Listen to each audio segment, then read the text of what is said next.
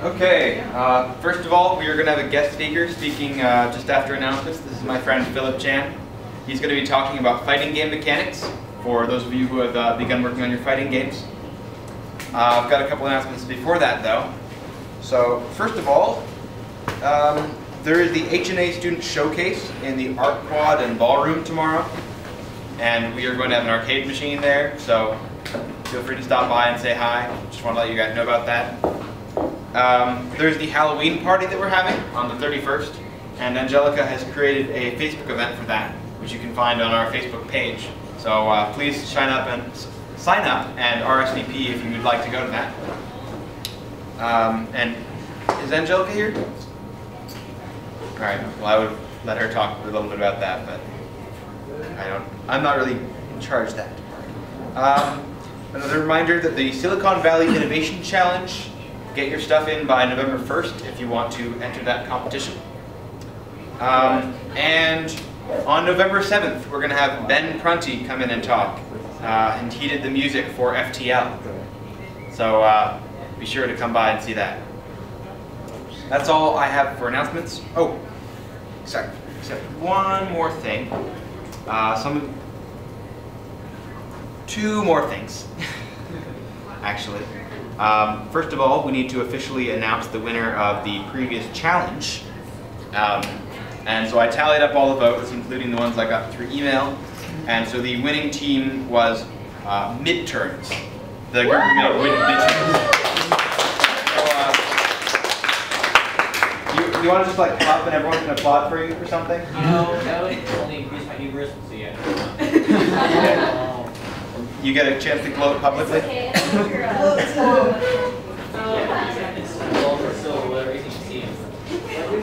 So you're proud of me? Yeah, so you can't really throw me down. Yeah. My life's goal. No, 1%. So, this is the winning team. Let's applaud for them.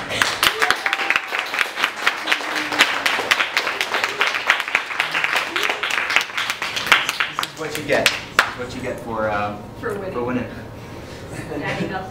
Applause. Applause. Yeah, I mean, do you want to say anything?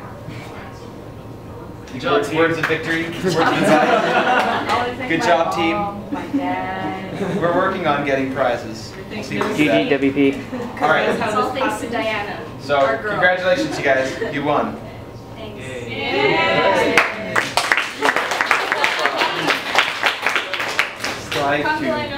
No prize. No prize. No prize. I'll give you citations of mine. Okay, yeah.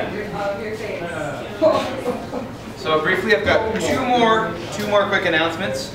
One, on November 14th, we're going to have people demo what they have of their fighting games so far. So please try and have something for November 14th, whether that's some art or a working prototype or something. We want to sort of do a halfway check-in. And then on November 28th, yes. What about the polished games? The polished games, I'm just getting to that. The polished games are going to be due on November 28th. And that's going to be the end of the Fighting Games Challenge, and we're going to do a tournament using the fighting games. And Philip, I'll call some friends. He'll call some friends, and we'll see if we can get some professional fighting games people to play your games. I know right now. All right, so that's all we've got for announcements. Okay. So I just wanted to touch on two of the announcements that you made. So the Halloween party is next week, right? Support your club. The money goes to the club, right? To pay for the event, but also to cover refreshments and stuff. Yeah, to cover refreshments for the meeting and so forth.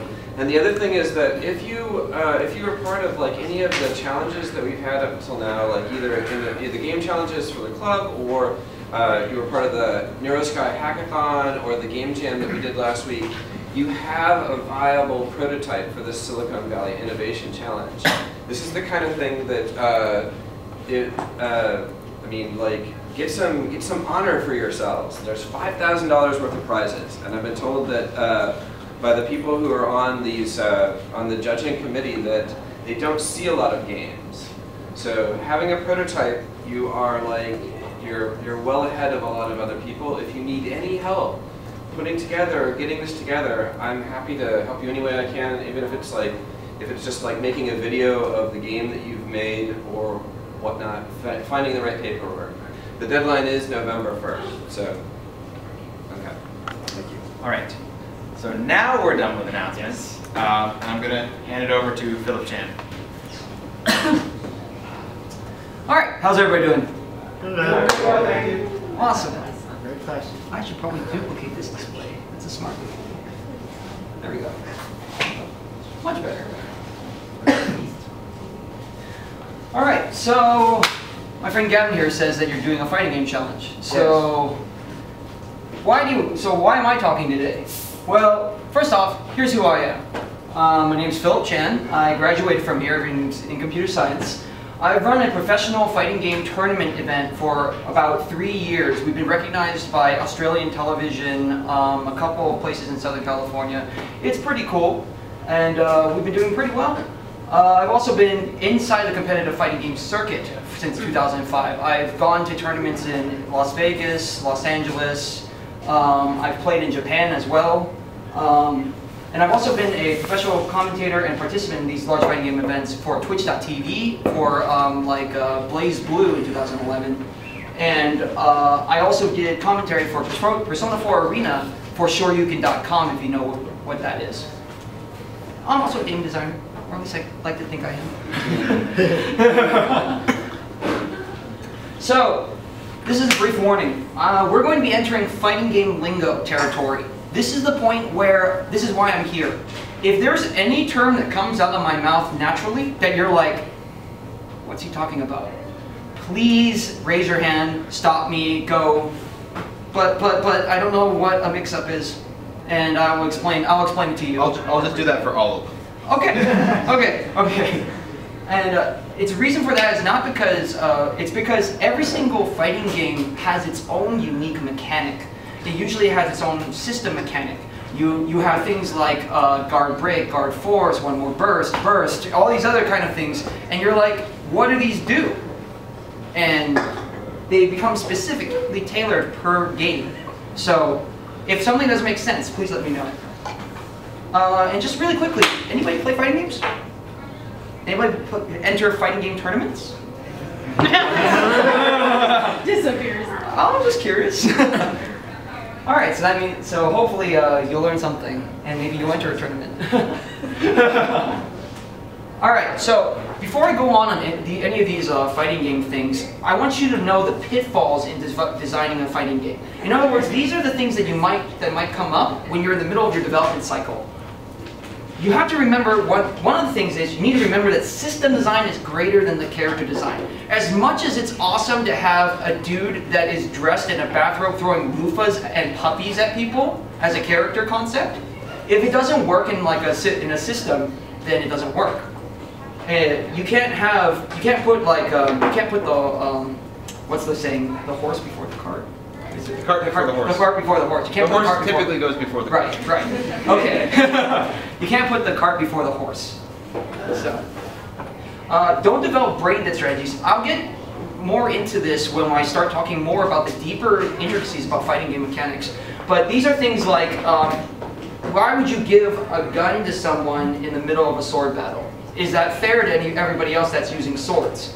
It's basically the idea of this character has this amount of tools. This character has this amount of tools. Is it really fair for this character to be able to do everything better than this character? What's the point? So don't play favorites, I guess. Yeah, don't. You can play favorites, but that's a very delicate balance called intentional imbalance that I'll talk about in a minute. Also, try to simplify your approach. I don't know how far you are in your technical development for, in other words, matching art to sprites, that kind of thing. But you want to try to simplify the movements as much as possible. Street Fighter 2, when it first came out, had 3 different sprites to do its famous Shoryuken. It's the wind-up, the punch, and then he flies into the air. Just keeping it simple will greatly increase your productivity because you won't be stuck animating sprites. And it's okay to keep the roster simple. You don't need 12 characters, you don't need 24 characters, you don't need 48 characters. You can even play with just 3 or 4 characters if you just make those characters unique enough or interesting enough.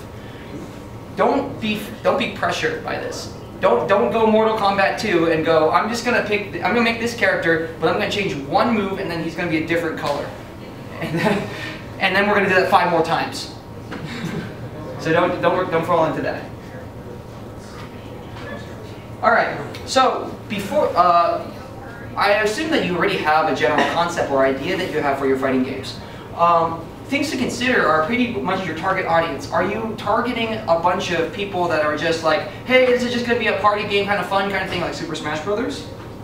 Or are you going something like super serious, like I play Marvel, I need to link all of these 1 hits in order to do the super and then kill him in 1 combo? Also, you have to think about the system, how the system mechanics work. Does the model of the does the system make sense? You have life bars and you have supers. It doesn't make. Could you define super? Oh, supers. I'm sorry. You have supers, which are like special moves that you do when you have like a certain amount of meter or. Could you define meter? Or meter being the stuff that accumulates as you hit an opponent or block, etc.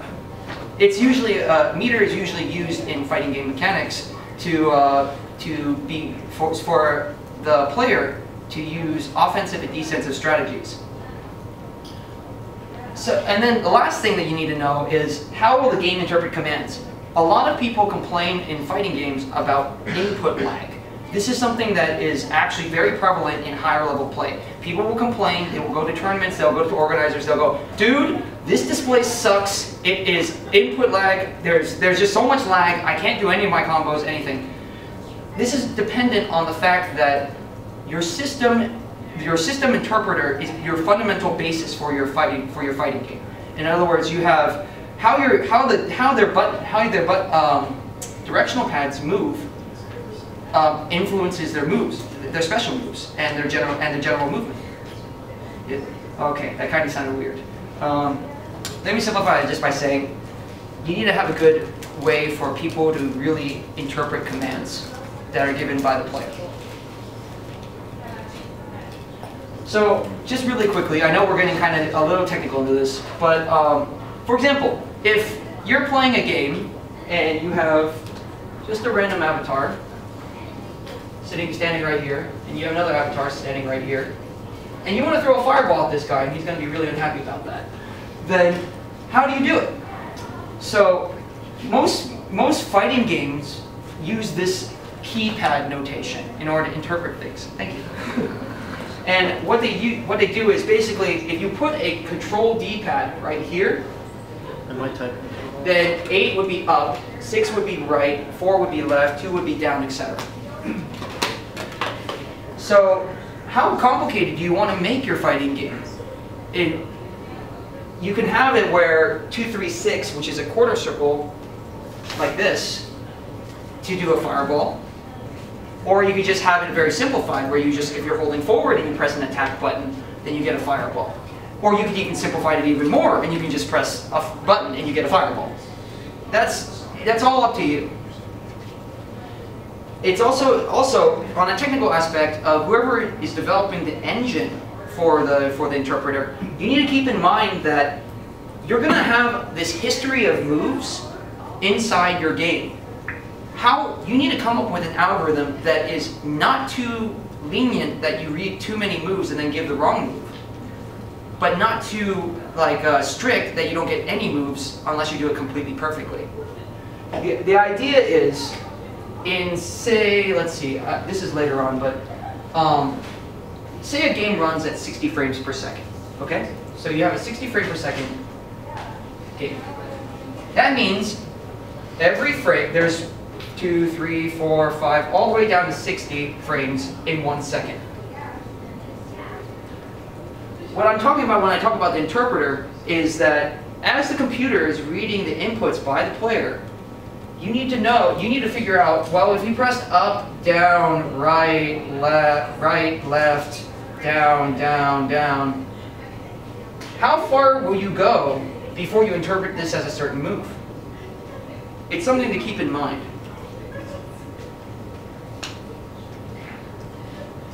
Anyway, moving on, let's get to actual fighting game concepts.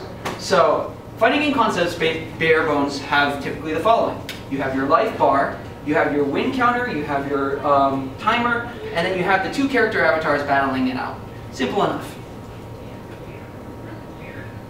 The things that you need to know are that what keeps fighting games different from games such as games where you shoot someone and they just automatically die, or you hit someone and they lose a certain amount of life, is that fighting games usually have some notation of a high-low system. What I mean by high-low system is that when a person is guarding by standing, they should. Did you define guarding? Oh, guarding is holding. Guarding is when you're holding. You're basically blocking. You're blocking. Yeah, you're basically blocking. It's the same thing. Guarding, blocking, they're interchangeable. When you're guarding high, if your opponent does attacks that are directed straight at your head, or Did you define guarding high? All rats. Give it a partner. Guarding. I'm just making sure. People may not be familiar with fighting games. It's true. So I'm guessing you've got like let different me levels of actually guarding. just draw the zones real quick. So say you have a character avatar, okay, and you split this character avatar in half. I'm not very happy about that.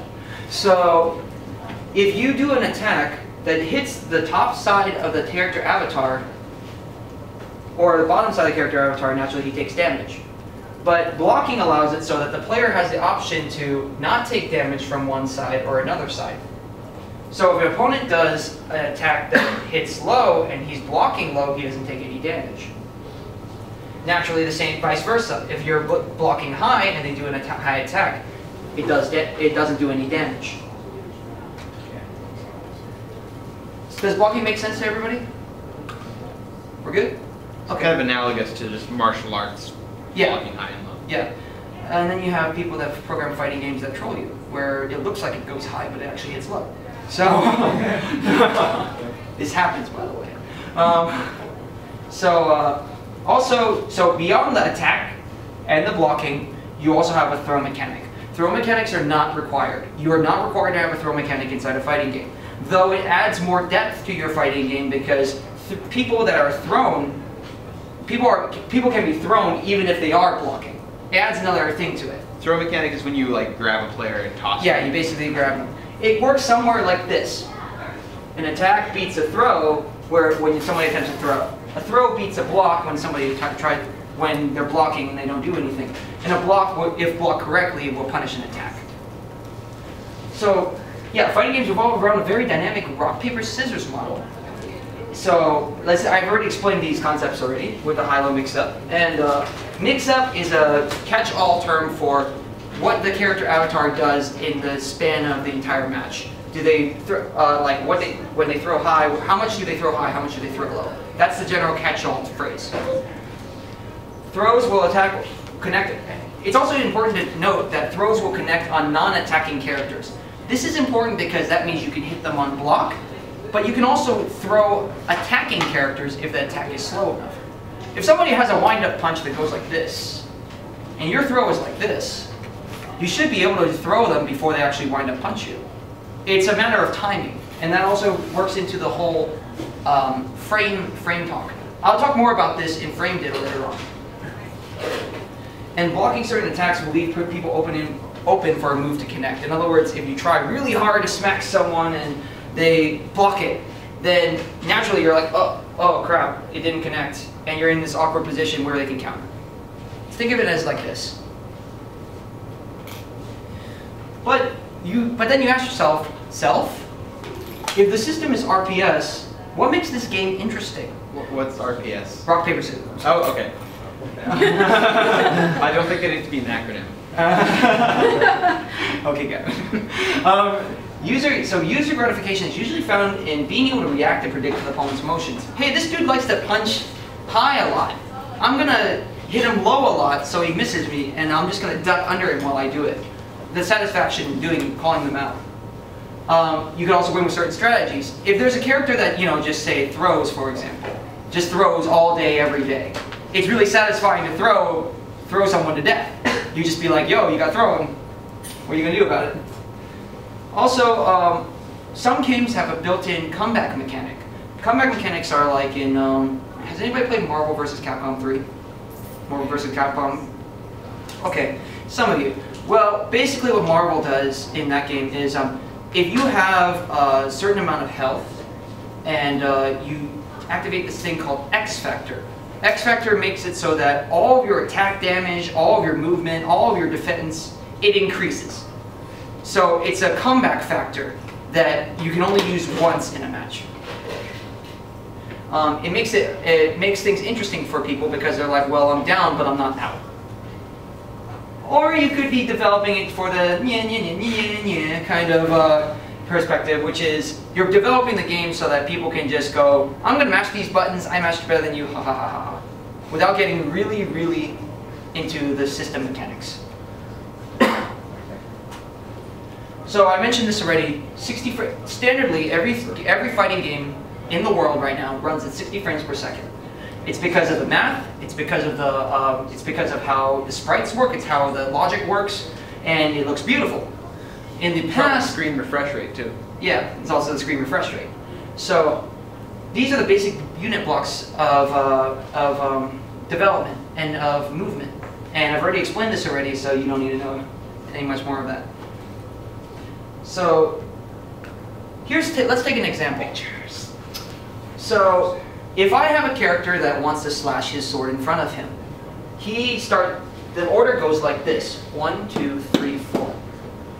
Every single move has a startup, an active, and a recovery. This is important because of this, because startup is how long it takes before the move initiates. In other words, how long will it be before the actual attack connects? Active is where the actual hurting happens. It's where when the contact happens and the damage is calculated. And the recovery is if the move is blocked or you get the hit off, how much more time do you have to land another attack? Does this make sense to anyone? Is there anybody confused? It's okay. Raise your hand. I don't mind. Yeah. Completely. Really confused? Okay. Here, let me do a real life analogy. If you say there's a punching bag right in front of you, okay? You see the punching bag.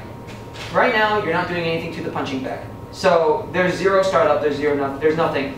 You haven't done anything. But now you're thinking, I'm going to punch this bag. So suddenly you have an attack. It says punch bag. It takes you less than half a second for you to make contact with the bag, right? This is your startup.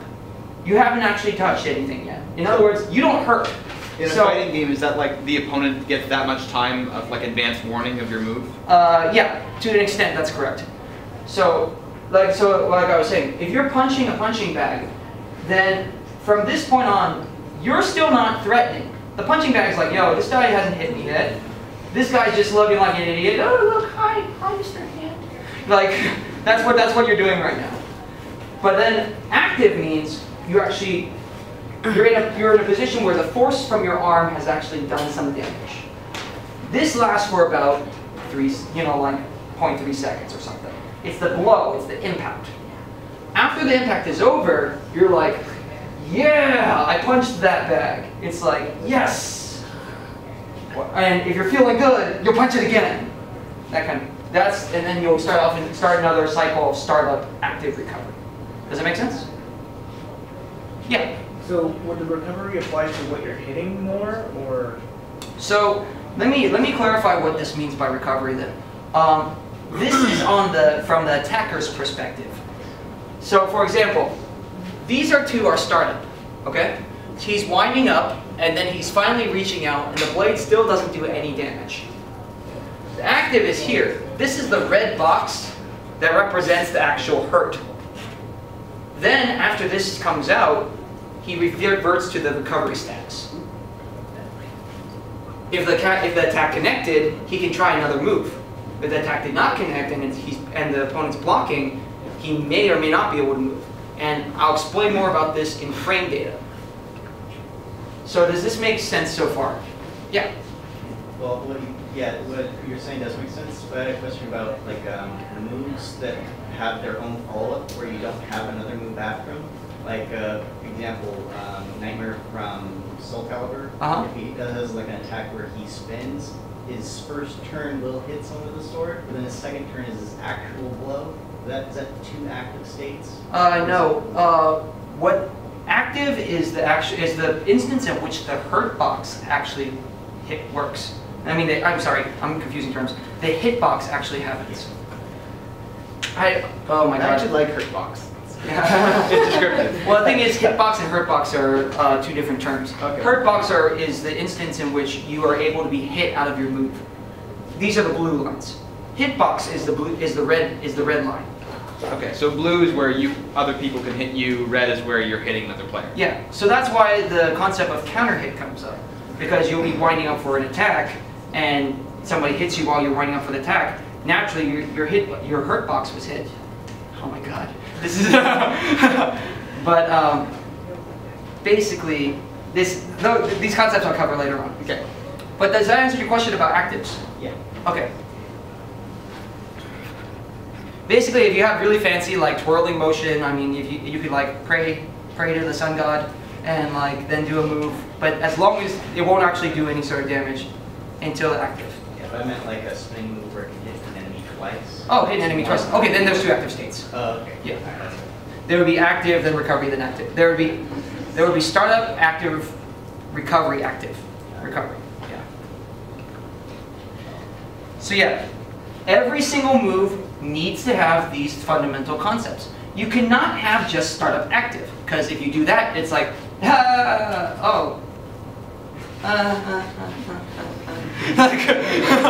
it doesn't make any sense.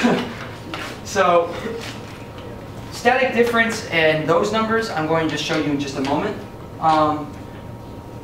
These don't make sense. For some reason, these slides got swapped around. I don't expect you to understand this chart. This is a hitbox. This is a startup, recovery, active, static difference, damage, move set chart. What it says is you have a certain move, it does this much damage. It has this much priority compared to other moves. This is a very advanced concept I'm not going to cover. There's it can be guarded. It has this much startup, so it takes 7 frames to start up, then 2 frames to actually hit where it actually hits, then 15 frames of recovery after it actually hits. Static difference is an important number because it's a good way for you to gauge if your attacks are actually fair and balanced. What is static difference? Static difference is this. You take the sum of the startup and active frames and you subtract it by the recovery frames. If you have a negative number, that means the person that used the move is at a disadvantage after they're done.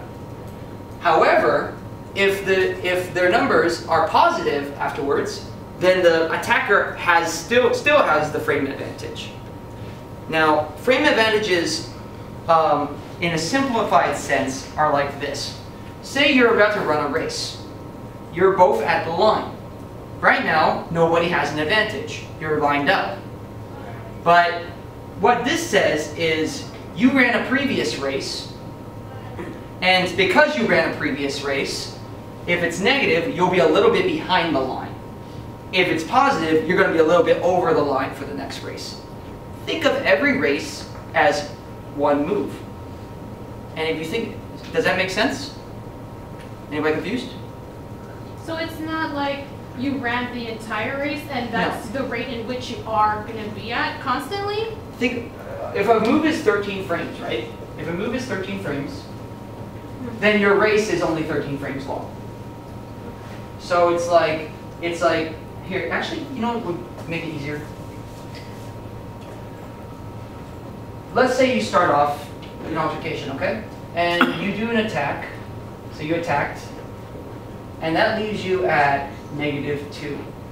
What that means is, the next time you do your move, you add startup. So, in other words, if you're at -2, that means instead of this move, say, being 7, instead of it being 7, since you're -2 behind, in reality it's more like 9. Because you're starting further behind. So it's not 7 minus 2, it's 7 minus -2, so that's 9. It's like you're minus... Is it kind of like the offset between It's your basically moves an and the other offset, guy? yeah. Oh, okay. Sorry, I'm trying to okay here. This is mostly math. Okay. All right, are we all clear on this? Does anybody else have any questions? Okay. One thing to note when you're programming this game is that the sprites themselves are not the actual contact hitbox. In other words, for this character right here, his hurtbox, in other words, the way you make contact with him, is not this leg or this jacket or this sword. What you typically do is you have your sprite and you have a general rectangular box that represents it. Naturally, people go crazy with this. They'll be like, "Hey, this dude is slashing. I'm gonna make his hurtbox this big," and that's not fair, but it happens. So it's something to keep in mind when you're developing the sprite and the hitbox hurtbox logic. I think Game Maker does pixel perfect collision by default, Okay. but you might be able to enable some kind of hitbox stuff. Yeah, if instead. you just draw like a rectangle around it, you're good to go. So, all right, so the way hitboxes and hurtboxes interact are pretty straightforward. You have, if 2 hitboxes overlap, in other words, if 2 red areas overlap, they clash. I'll explain all of these terms in the next slides. If 2 hurtboxes overlap, nothing happens. That just means, "Hey dude, what's going on?" "Oh, I don't know, we're pretty close to each other." "I know." Hitbox on hurtbox is naturally damage. And both hitboxes on both characters on each other's hurtbox damage rate. Okay, that sounds really complicated, but basically means if the hurtbox is, for some reason, like... It's like 2 dudes hitting. Yeah, it's like it's like a cross time. punch. It's like cross punch. If both hitboxes don't actually clash. So basically, if you do a damage trade when when both players are on low life, then it counts as like a draw instead. Yeah, because so that's why you'll see sometimes when you play fighting games, there will be a counter, like a double counter. And how that works is your hitbox hit their hurtbox, and their hitbox hit your hurtbox at the exact same time. So depending on the move, one person might have an advantage, but overall you both just took damage. No. All right, so just so you have a visual representation, clashing looks a little bit like this. This is the previous sprite from before. They haven't actually intersected yet. So this is the rectangular box that represents his hitbox. But the idea is, when you throw the move out, the rectangle immediately appears on that screen, and the logic is calculated as such. So if any of these boxes intersect at all, a clash occurs. There are 2 options for you to program a clash. You can either go reset animation, which means these swords clash against one another. Steel hits steel. There's a nice spark, and then you just go back to normal. Or you can simplify it and just make it on hurtbox as well, and just both take damage. Whatever works better for you. Here's a concept that a lot of people don't understand. Block stun. Well, when a move is blocked, you can't take action for a certain time. So everybody here's played fighting games, right? Like to an amount? Alright. So if you're in the corner, right? If you're in the corner, actually, there's a big whiteboard. Where's this?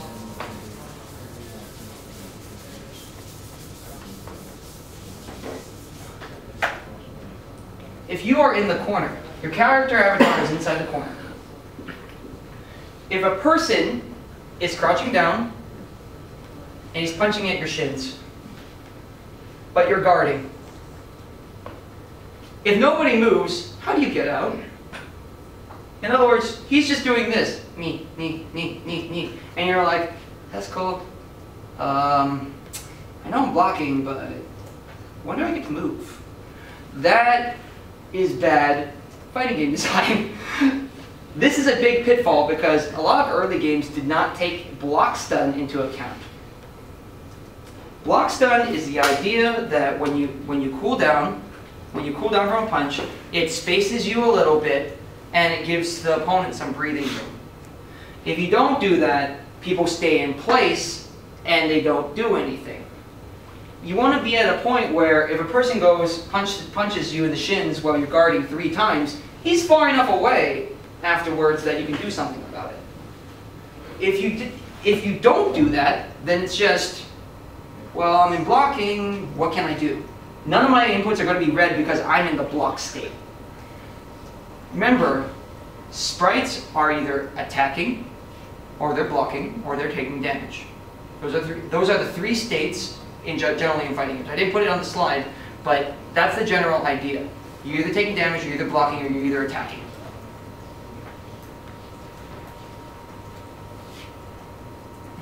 So, in the case that you do get this snooty little brat that's punching you in the shins, something that you can program in is called reversals. Are people familiar with reversals at all? Okay, not many of you. So, so what a reversal is you say, I don't have a Hurtbox. Now, at the moment you heard me say that, you're like, well, Phil, you just told me that Hitbox and Hurtbox is very important, it's unfair, and you don't have a Hurtbox, and it's kind of unfair. What the hell? Well, that's because reversal. Well, that's because reversals are fully invulnerable, but they come at a cost. The cost is you program it so that their static difference is humongous. It's like your static difference is in a whole second afterward. It's the idea of, oh no, I'm in the corner. Okay, I'm gonna get him off me. Hiya!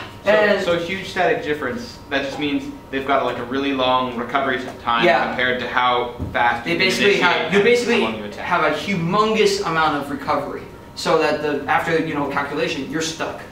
Like you're stuck just doing, yeah, I did it.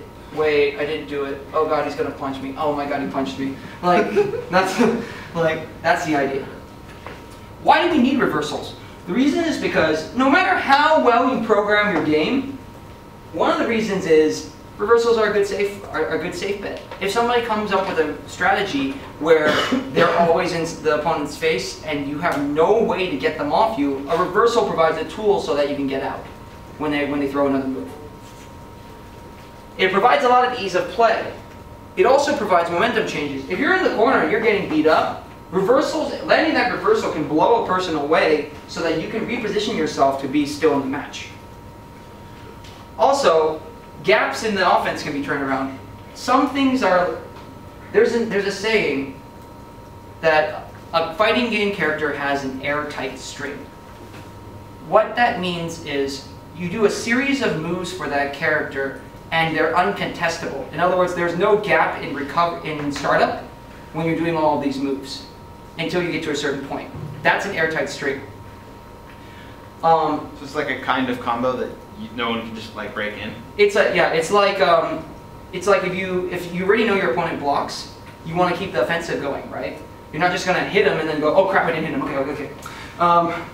You're going to hit and they blocked. Okay, I want to throw another move because I can, because he's still stuck in block stun. Hit, hit, hit. Oh, well, he didn't take any of those, so now I can block. Some people will be sneaky and they'll go, I'm going to throw a move at you, but this one isn't safe because I have to wind up a lot before the second hit happens. Reversals take advantage of that. There will be gaps in the character movement and the character action. This also combats the mostly positive attack problem. If you have too much static difference that is positive, then they're stuck in the corner, then they can't get out. This invulnerability allows them to get out. And this is the famous Ken Shoryuken, if you know what it is. It's from Street Fighter. It's where his Hurtbox does not exist here. His Hitbox is right here.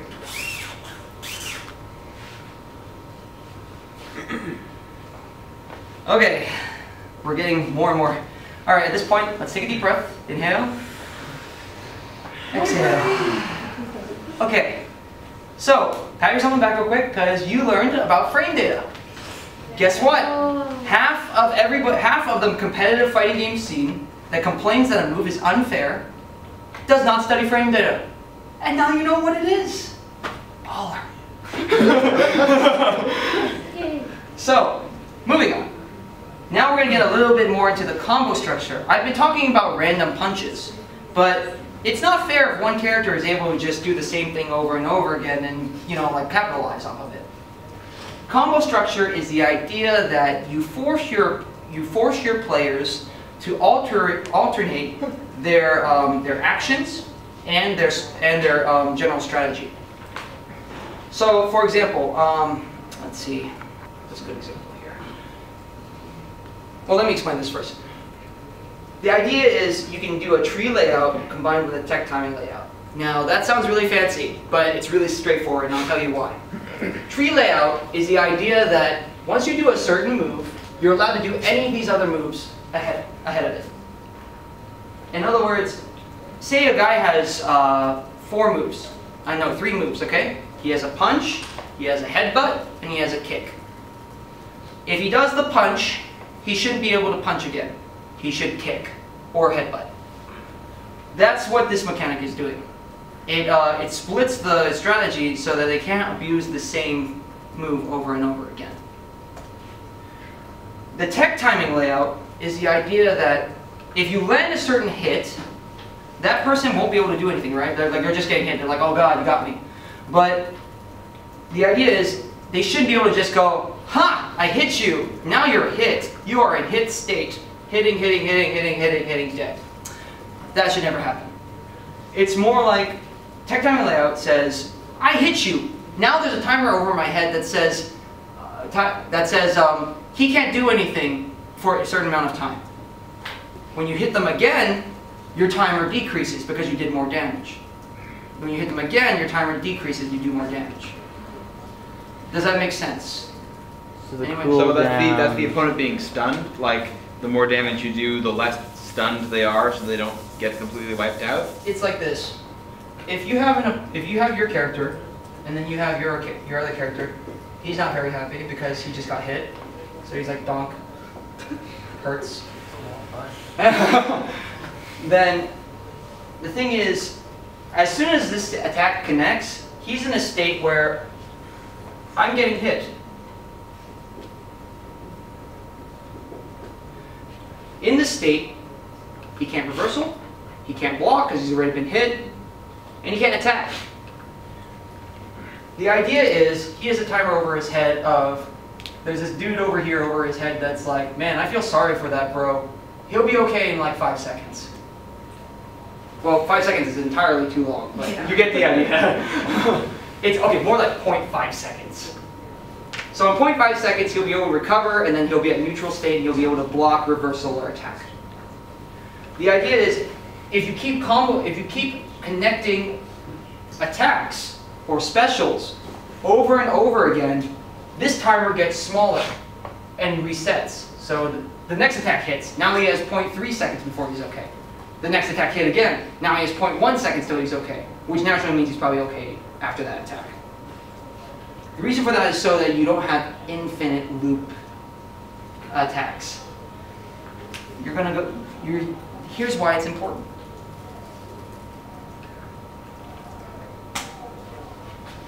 Hit, hit, hit, hit, hit, hit, hit, hit, hit, hit, hit, hit, hit. This goes to 100, by the way. Hit. So the idea is he's in a hit state, right? And this guy's just doing the same move over and over again. Why is that? Because that move is just good enough that he can do it, and the timer's like, well, we don't have a timer. Thus, it doesn't work out. He keeps doing this, by the way. Oh man. Yeah. I'll put this over here. What game is that? For like 4 minutes, really? Yeah, this game is actually competitive in Japan. It's called Fist of the North Star, Oh, yeah. Because they're great. or Hokuto no Ken for you. And basically gameplay revolves around, I got the special on you, now I better not drop this combo. Because this combo's hard. it doesn't look hard, but it's extremely hard. It's like you only have, they're basically hitting the frame, like the 1 or 2 frames, perfectly every single time. That's how hard this combo is. So it's not like anybody can do it. But if you program without this, then it's going to be like anybody can do it. So. Alright, so as much as I want to keep watching this. So that game does have the timer in it. It does have a tech timer, but the thing is, people abuse the fact that it wasn't programmed correctly. so they did something so that the tech timer doesn't exist for it anymore. And now the only thing that's left keeping the person from recovering is this one flag that says, well, he did 999 hits, which means you're gonna die. You can't do anything about that. So yeah, I mentioned this Involvability Timer, the point at which characters have been hit so much they cannot take any more damage. In that game, it doesn't exist. But with this timing, that makes it so that games are not touch of death. Touch of death is the concept of, I threw you, now you're dead. I touched you, now you're dead. I swept you, now you're dead. Dive kick? You missed. Now you're dead. Dive kick? Well, dive kick is, I touched you, you're dead. You touched me, we're both dead. Great game. Anyway, so typically you want to allow your players to also know that they're in a state where they won't be interrupted or they're safe. This is usually a white bright flash or some sort of like circle reticle or any sort of like text in the upper right hand corner near the health bar that says recovery. You want to be able to tell your player, hey, I'm okay now. Let's get back on the horse. The reason why we have a mobility timer besides combos is that there's this thing called a reset. And what a reset is remember when we talked about hitting high and hitting low? When the damage receiver techs, you sometimes are in a state where you can go, well, I think he's going to block low again, so I'm going to throw high, just as he recovers. That's what a reset is. So, and Involvability timers also reward the pain receiver because they can reversal while they're in this like magical state where they can't be hurt. They can block until the opponent does something that allows you to punish them, or they can throw them if the attack is slow enough. Any questions? Okay. So here's an example of the Involvability timer. This character, I love this game by the way. This character does a combo, and then it slams this character into the floor. At this point, this character is untargetable. He exists, so you can't just run over him or you can't just stand on top of him. But you can't hurt him. He has no Hurtbox. But at the same time, he cannot give any commands. When he finishes the recovery, then he's in a state where you can actually hurt him, he can block, he can throw, etc.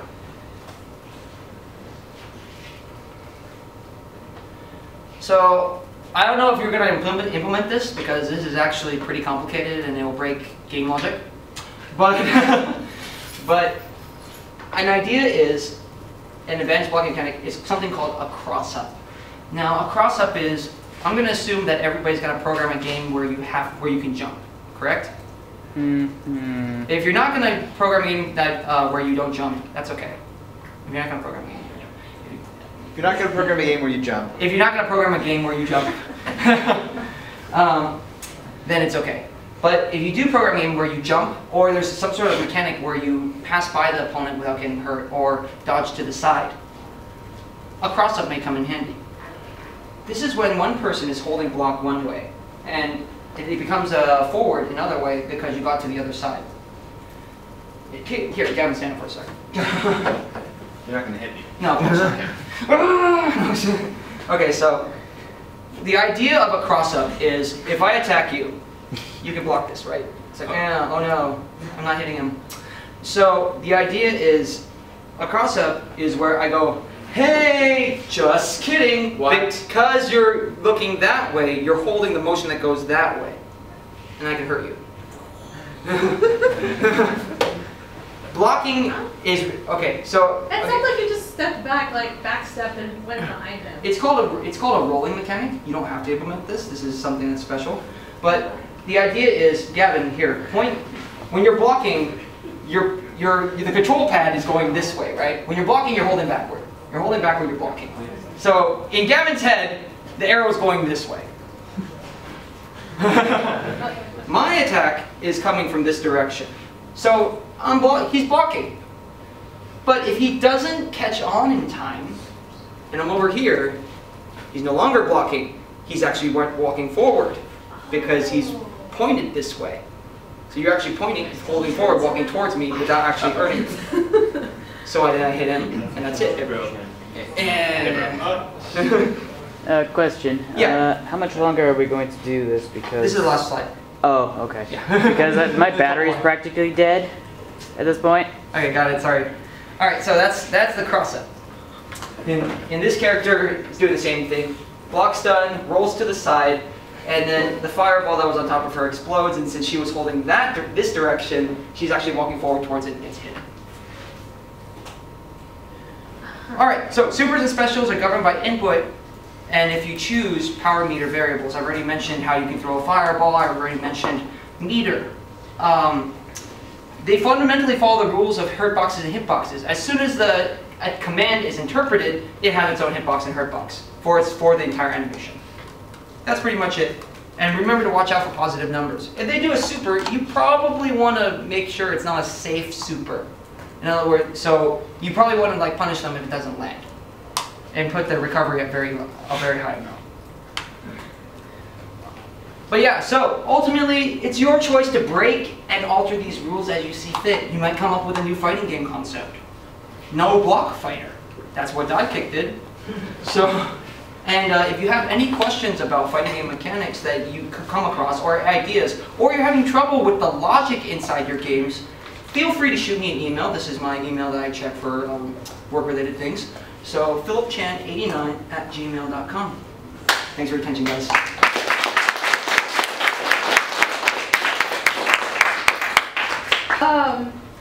Next week is our social. And I'm not calling it a party. Try to avoid saying party because, you know, we need to make it sound academic.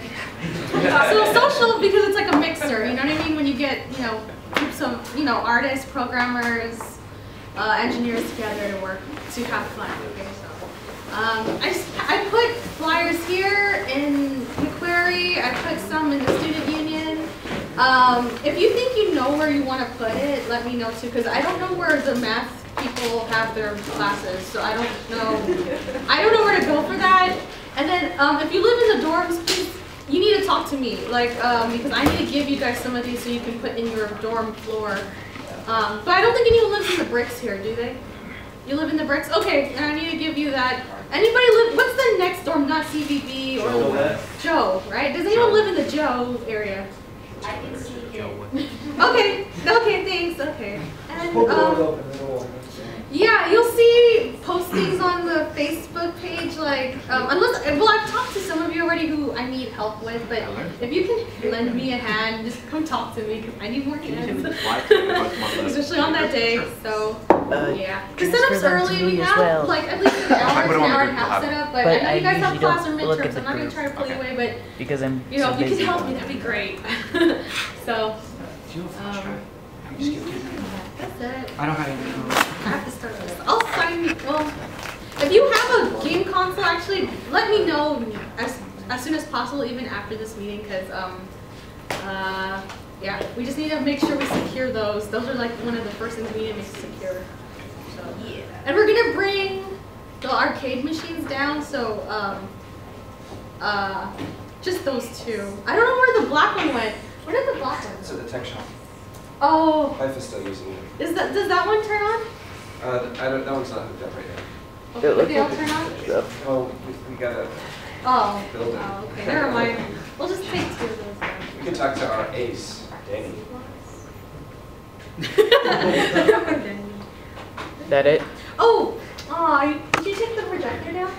Did you want? Well, I was thinking, like, could we watch a game and then well, you don't have to put the sound on. Like, what do you mean by it? Like, I see it, but I don't play in a. Comment. Yeah, maybe commentary. Yeah, because I watch That'd be Street awesome, Fighter, actually. but then I can barely Sure. remember anything. I mean, I do it for fun.